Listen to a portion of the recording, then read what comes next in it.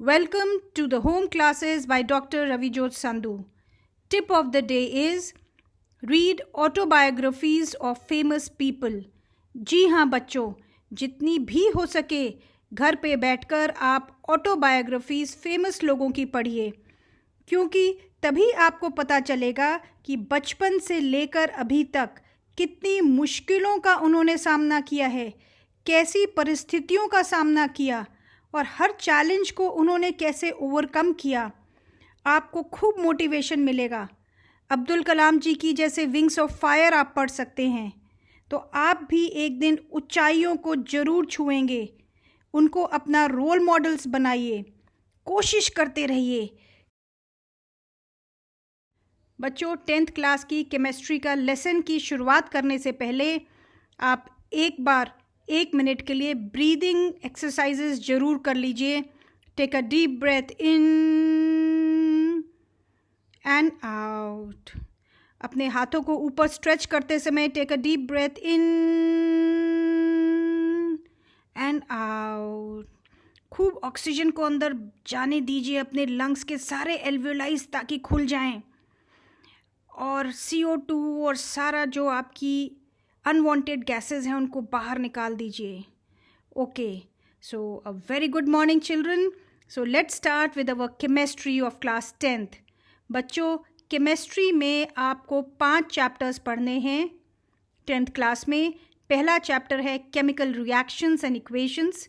Second chapter you will be reading about acids, basis and salts. Third chapter metals और non metals का होगा। Fourth chapter carbon and its compound. और fifth chapter जो है वो periodic classification of elements. खूब ही मज़ेदार chapters हैं एंड आपका बेसिक्स अब स्ट्रॉन्ग हो गया है। जिसको थोड़ा सा भी डाउट है कि केमिकल फार्मूलाज कैसे लिखने हैं, वो प्लीज़ प्रीवियस 3 वीडियोस ज़रूर आप देख लीजिएगा और खूब बढ़िया से खूब इन्जॉय करते हुए हम लोग ये 5 लेसन जो है वो केमिस्ट्री के कवर करेंगे। Today we will begin with the first chapter, chemical reactions and equations. तो बच्चों, पहले हम दिमाग में एक माइंड मैप सा बना लेते हैं कि क्या क्या टॉपिक्स हम इसमें पढ़ेंगे। आज इस वीडियो में हम कवर करेंगे to classify between physical and chemical changes. Then we will study about factors to determine if chemical reaction has taken place. और हम लोग एंडोथर्मिक और एक्सोथर्मिक रिएक्शंस के बारे में भी पढ़ेंगे। नेक्स्ट वीडियो में हम सीखेंगे how to write chemical equation and balancing of chemical equations. And there on in the further next video we shall talk about types of chemical reactions and effects of oxidation reactions in everyday life.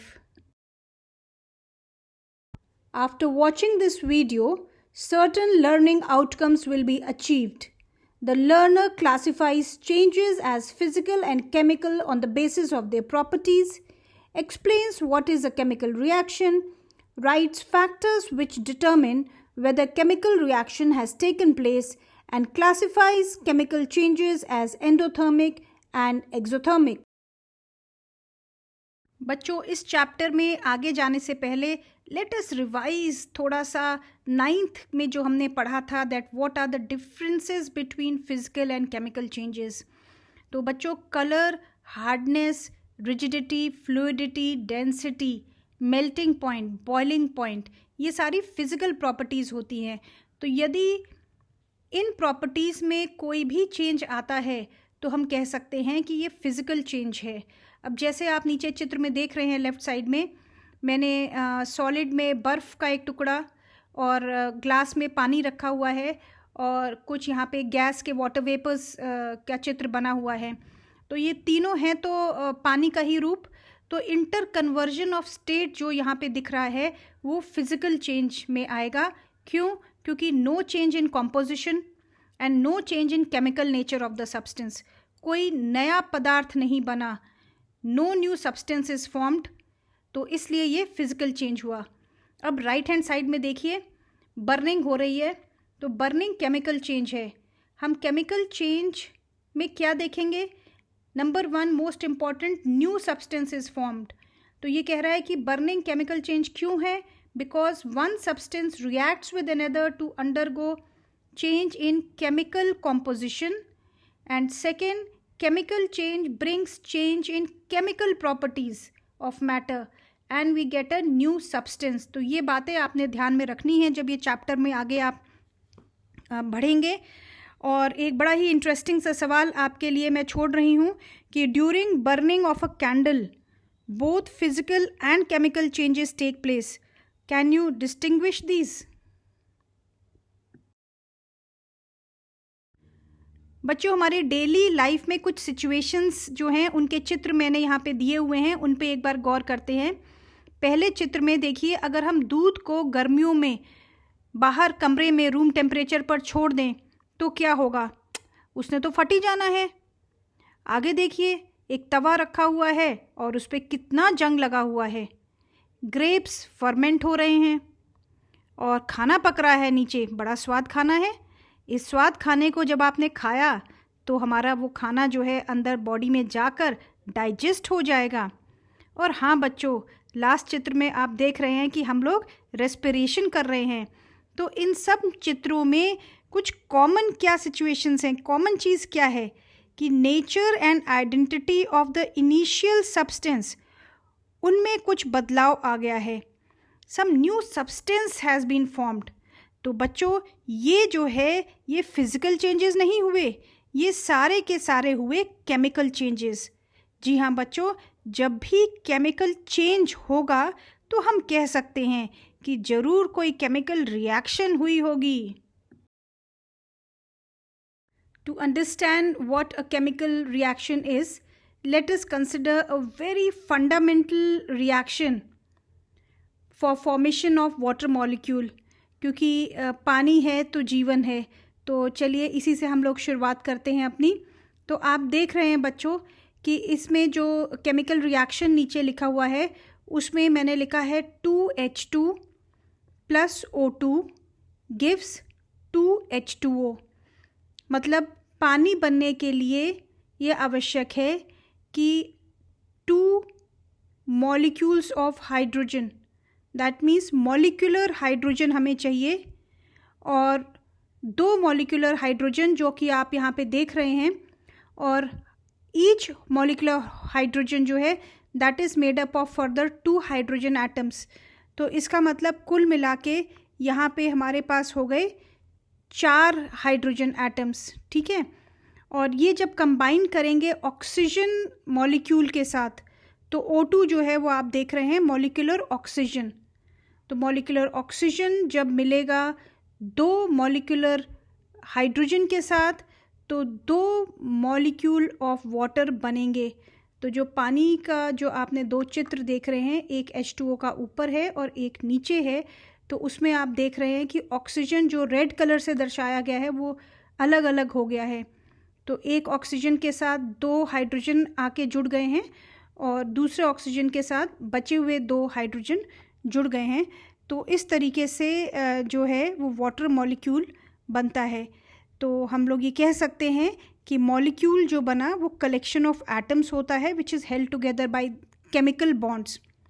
और बच्चों, जब chemical reaction होती है तो ये chemical bonds जो हैं 2 atoms के बीच में टूटते हैं और फिर नए बॉन्ड्स बनते हैं.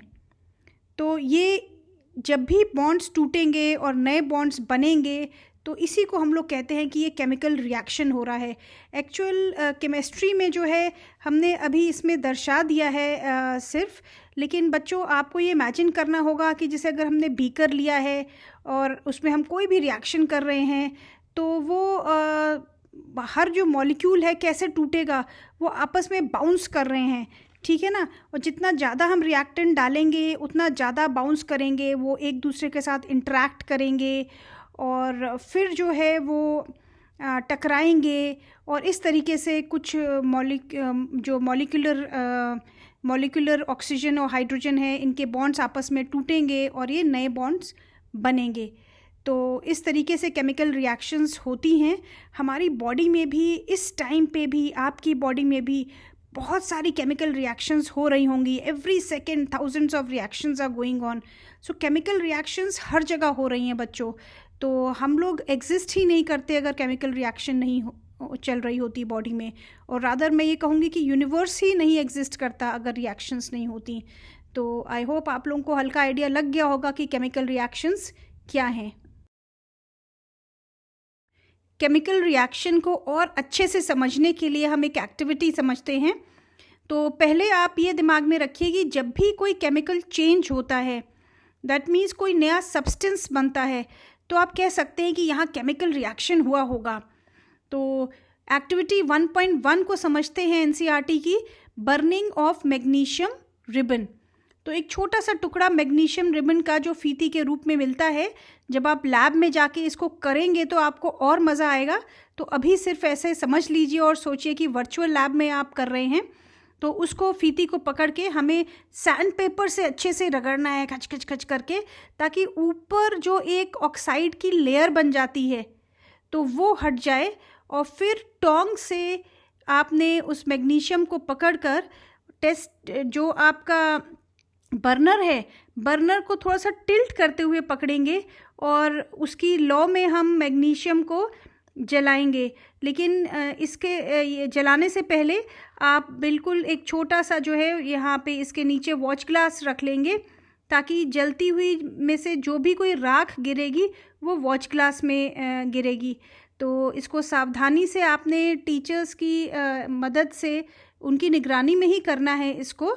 तो आप देख रहे हैं कि सफ़ेद रंग की राख जो है वो वॉच ग्लास में कलेक्ट होती जा रही है। और यहाँ पे देखिए नीचे जो रिएक्शन मैंने लिखा है कि 2 मैग्नीशियम मेटल के 2 एटम ऑक्सीजन मॉलिक्यूल से जब रिएक्ट करते हैं तब 2 मॉलिक्यूल्स ऑफ मैग्नीशियम ऑक्साइड बनता है, जो कि वाइट ऐश के रूप में आप यहाँ पे देख रहे हैं। तो ये जो हमारी केमिकल रिएक्शंस हो रही हैं, तो ये नेचुरली जब ये जलेगा, जब भी हम कहते हैं कि बर्निंग हो रही है, तो बर्निंग मतलब कि एयर में से ऑक्सीजन लेकर वो उससे रिएक्ट कर रहा है और मैग्नीशियम ऑक्साइड बन रहा है। यहाँ पे कुछ मैंने फ्रीक्वेंटली आस्क्ड क्वेश्चंस दिए हुए हैं, तो इनको आप अपनी कॉपी में नोट भी कर लीजिए। पहला क्वेश्चन जो है that is why is magnesium ribbon rubbed with sand paper before burning. तो ये आप समझ चुके हैं, तो इसको आप नोट कर लीजिए। Next is write down 2 observations when magnesium ribbon is burnt in air. तो पहला आपने क्या देखा, that magnesium ribbon Burns with dazzling white flame, as you can see in the figure also. And number 2 is that magnesium ribbon turns into white powder. ठीक है, तो ये 2 observations आप याद रखिएगा। Now sometimes you are asked that name this white powder. So this white powder is magnesium oxide. So how is magnesium oxide formed? आपने देखा था कि सबसे पहले आपने लिया मैग्नीशियम, तो इस मैग्नीशियम को आपने डायरेक्ट फ्लेम में बर्न किया, तो ये मैग्नीशियम एयर से ऑक्सीजन के साथ जुड़कर और मैग्नीशियम ऑक्साइड बनाता है। तो ये आप नोट कर लीजिए। बच्चों, अब एक और मज़ेदार activity 1.2 from NCERT text book. आपको लैब में जब टीचर ले जाके ये एक्टिविटी कराएंगी तो आपको खूब ही मज़ा आएगा, क्योंकि मैंने अपने बच्चों की आंखों में वो एकदम एक्साइटमेंट देखा है जब ट्रांसपेरेंट दिखने वाला लेड नाइट्रेट सोल्यूशन और दूसरी टेस्ट ट्यूब में पोटेशियम आयोडाइड सोल्यूशन, ये दोनों ही ट्रांसपेरेंट एकदम पानी के जैसे दिखते हैं। इन दोनों सोल्यूशन को जब बच्चे आपस में मिलाते हैं तो एकदम से कलर चेंज, और आप देख रहे हो कि एकदम कैडमियम येलो कलर का थिक पीपीटी बन जाता है। और बच्चों को बड़ा ही मज़ा आता है, क्योंकि उन्हें पता ही नहीं होता कि ये जो 2 पानी जैसे दिखने वाले लिक्विड्स आपस में मिलकर इस तरीके का रंगीन पीपीटी बना देंगे। तो ये आपको पूछा जाता है कि write down the observations made when solution of lead nitrate and potassium iodide are mixed. So you have to say yellow precipitate of lead iodide is formed. अब करते हैं activity 1.3 from NCERT textbook, which says that take few zinc granules in a conical flask. तो zinc granule conical flask में लेने से पहले हम जरा जिंक ग्रैन्यूल्स के कलर को ऑब्जर्व कर लें, क्योंकि आपको एग्ज़ाम में ये अक्सर पूछ लिया जाता है कि इस रिएक्शन को करने से पहले जिंक ग्रैन्यूल्स का क्या कलर था और रिएक्शन ख़त्म होने के बाद क्या कुछ बदलाव आया उनके रंग में। तो आपको कैसा दिखाई दे रहा है ये colour? It is silverish grey in colour, so keep this in mind. और बच्चों, यहाँ पे आपको मैं याद दिला दूँ that you are learning science and one of the motto of learning science is developing observational skills in children. तो आपको हर चीज़ को बहुत अच्छे से ध्यान से ऑब्ज़र्व करने की जो है वो स्किल डेवलप करवाता है ये साइंस। तो इसलिए रंग परिवर्तन किसी चीज़ में जो है वो एक आपको ऑब्जर्वेशनल स्किल है। अच्छा, अब तो ये हो गया कि हमने इस जिंक ग्रैन्यूल्स को कोनिकल फ्लास्क में डाल दिया। उसके बाद आपको डाइल्यूट सल्फ्यूरिक एसिड या डाइल्यूट हाइड्रोक्लोरिक एसिड, दोनों में से कोई एक एसिड थोड़ी सी मात्रा में कोनिकल फ्लास्क में डाल देना है और उस कोनिकल फ्लास्क को टाइटली एक कॉर्क से कर दीजिए बंद। आप उसमें जो है एक होल करके और एक ट्यूब, ग्लास ट्यूब भी इंसर्ट कर सकते हैं अगर आपको वो गैस जो है उसमें जो बनेगी वो बाहर की तरफ कलेक्ट करनी है। तो आप देख रहे हैं तीसरे चित्र में उसके ऊपर एक गुब्बारा लगा दिया गया। और गुब्बारा फूल क्यों गया? ये क्विज में अक्सर हम क्वेश्चन पूछते हैं बच्चों से। तो चलिए अब हम ढूंढते हैं कि आपने do you observe anything happening around the zinc granules. ध्यान से जब ये रिएक्शन हो रहा होगा तो आप पाएंगे कि जिंक ग्रैन्यूल्स के पास कुछ बुलबुले से आ रहे थे। तो दैट मीन्स ऑब्जर्वेशन क्या लिखेंगे आप? That bubbles are observed around zinc granules. तो इसका मतलब कोई गैस निकल रही है, evolution of gas is taking place. और अगर आप इस कोनिकल फ्लास्क को बाहर से अपनी हथेली से टच करेंगे ना तो क्या पाओगे? अरे ये थोड़ा सा गर्म हो गया है। तो गर्म हो जाने का मतलब क्या? कि टेम्परेचर इसका इंक्रीज हुआ है। सो टेम्परेचर राइज इंडिकेट्स दैट ये रिएक्शन तो एक्सोथर्मिक रिएक्शन है, क्योंकि जिस रिएक्शन में हीट निकलती है वो एक्सोथर्मिक रिएक्शंस होती हैं। तो ये सब बातें आपने इस रिएक्शन को जब आप कर रहे होंगे तो ये ऑब्जर्व करनी है। तो ये फटाफट नोट कर लीजिए अपनी कॉपी में। तो बच्चों, अगर आपसे कोई पूछता है कि क्या केमिकल रिएक्शन हुई है या नहीं, ये आप कैसे पता लगाओगे?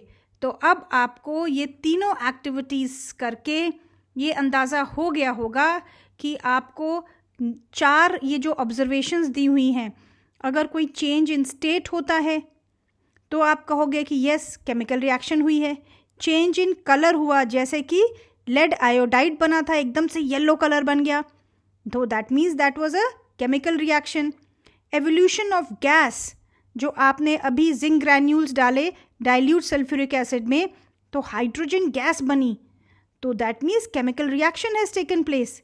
एंड चेंज इन टेम्परेचर, वही रिएक्शन जो है आपने देखा था कि प्रोडक्ट जब बने तो गर्म सा हो गया था बाहर से कोनिकल फ्लास्क। सो ये चारों चीज़ें में से कोई एक भी हो या 2 भी हों तो आप कह सकते हो कि yes chemical reaction has taken place. तो ये आप नोट कर लीजिए चारों पॉइंट्स।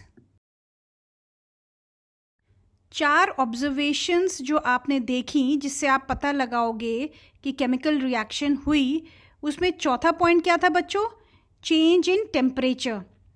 तो चेंज इन टेम्परेचर को हम थोड़ा सा डिटेल में पढ़ते हैं कि केमिकल रिएक्शन के दौरान कुछ हीट चेंजेस होते हैं।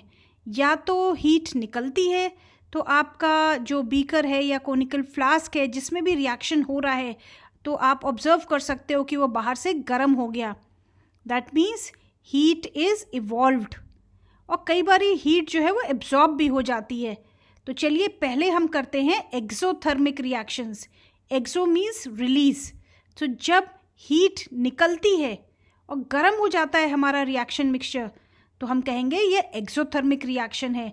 और इसको आप रिएक्शन में दिखाने के लिए प्रोडक्ट्स की तरफ प्लस हीट लिख देंगे। तो यहाँ पे कुछ उदाहरण मैंने दिए हुए हैं, तो ये आप देखिए, बर्निंग ऑफ कोल, ये रिएक्शन सारी नोट कर लीजिए।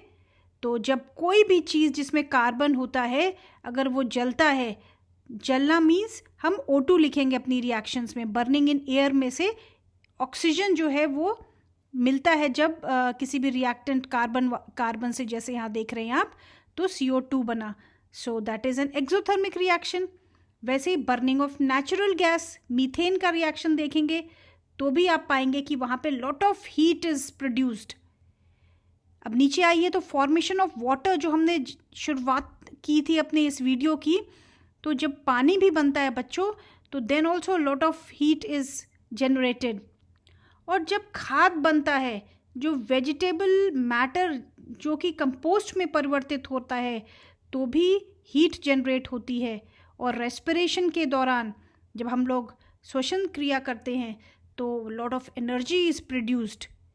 सो ये सब में आपने ऑब्जर्व किया कि heat is evolve during the reaction. तो ये सारे एग्जाम्पल्स जो है वो एक्सोथर्मिक रिएक्शंस के हो गए। और अब एक नज़र डालते हैं हम एंडोथर्मिक रिएक्शंस पर। Endo means absorb. तो when heat is absorb during the reaction, that is endothermic reaction. और इसको हम लोग अपनी रिएक्शन में जब लिखेंगे तो रिएक्टेंट की साइड आप प्लस हीट लिखेंगे। तो एक हमने जो फोटोसिंथेसिस किया था बायोलॉजी में, लाइफ प्रोसेसेस में, तो उसमें भी सनलाइट जो है that is absorbed by the chlorophyll pigment. याद आया वो रिएक्शन? तो क्योंकि वहाँ पे हीट एनर्जी इज एब्जॉर्ब्ड, तो वो हो गया एंडोथर्मिक रिएक्शन। वैसे ही आपने देखिए येलो बॉक्स में लिखा हुआ है नाइट्रोजन प्लस ऑक्सीजन। तो हीट एब्जॉर्ब करी इसने और फिर बना नाइट्रिक ऑक्साइड। और बच्चों जो ग्रीन बॉक्स में दिया हुआ है, ये बहुत ही इंटरेस्टिंग रिएक्शन है।